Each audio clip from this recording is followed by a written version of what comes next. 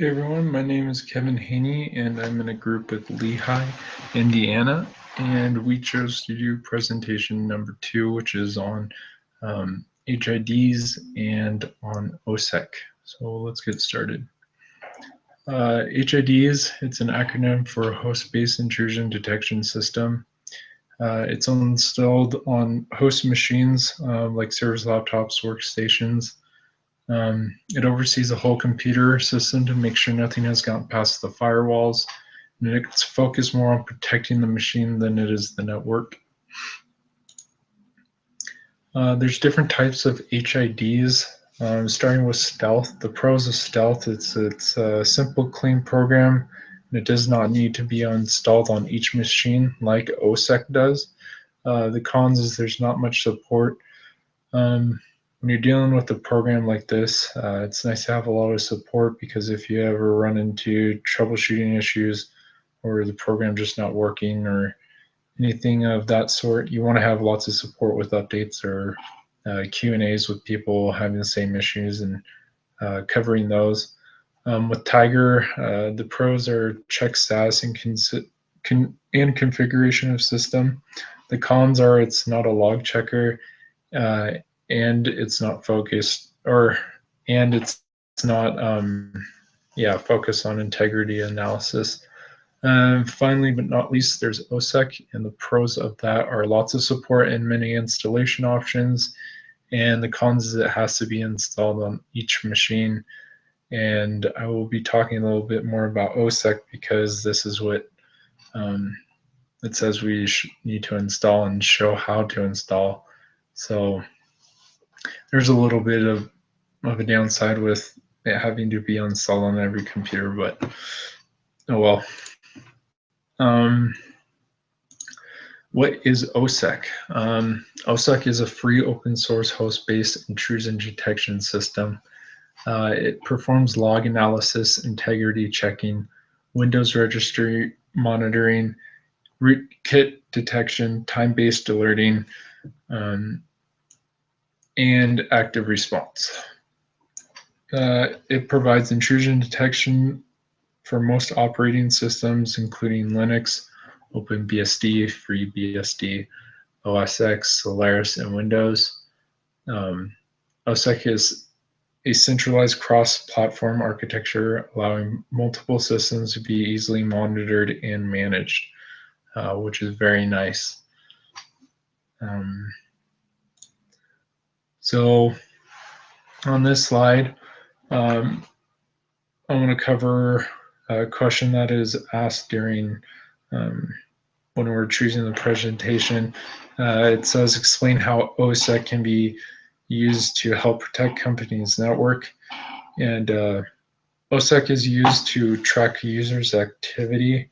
And Ossec is nice because it allows the admin, whoever has access to that functionality, you can gain access to whatever computer has it to view what's going on with it, which is very nice, because then you can see what users are doing and if they're doing anything that might risk the network security. It does integrity monitoring, log monitoring, root check, and process monitoring. Alert logs, so you can take quick action to what is going on. And it's a host-based intrusion detection system across multiple platforms. So when you're setting up Ossec, you have to have a server, and I'm on a Windows operating system right now, and I try to install a few different OSs like Fedora, Ubuntu, stuff like that, and every time I did, my computer ended up blue screening. So they don't have an Ossec server that you can set up on Windows anyways, so I'm just going to go through the steps as if you were to set it up on something else. So with Ossec server, you want to create an agent in the Windows server. So this will allow your computer where you'll have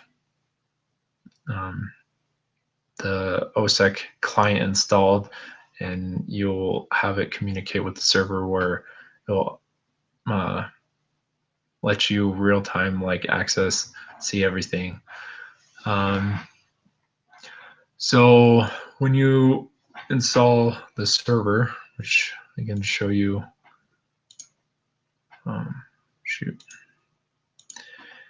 if you go over to Google, just type in Ossec, you just click on the downloads tab, and right here it's the server. You can download and install it, and from there there we go. And from there, you install it, and you get a command prompt that you enter in var ossec bin manage agents.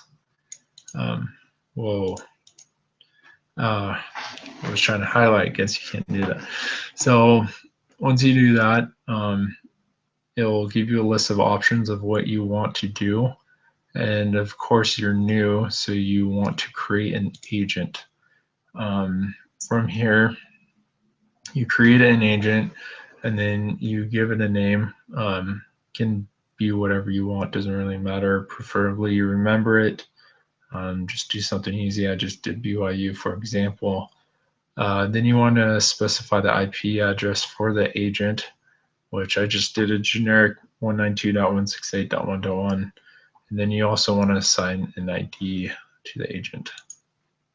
And then for the final steps in creating the agent, it just lists that information, and then it asks for confirmation, yes and no. You just hit Y, hit enter, it'll create the agent. Now, when you go to access the server and you're using the client, it wants a key.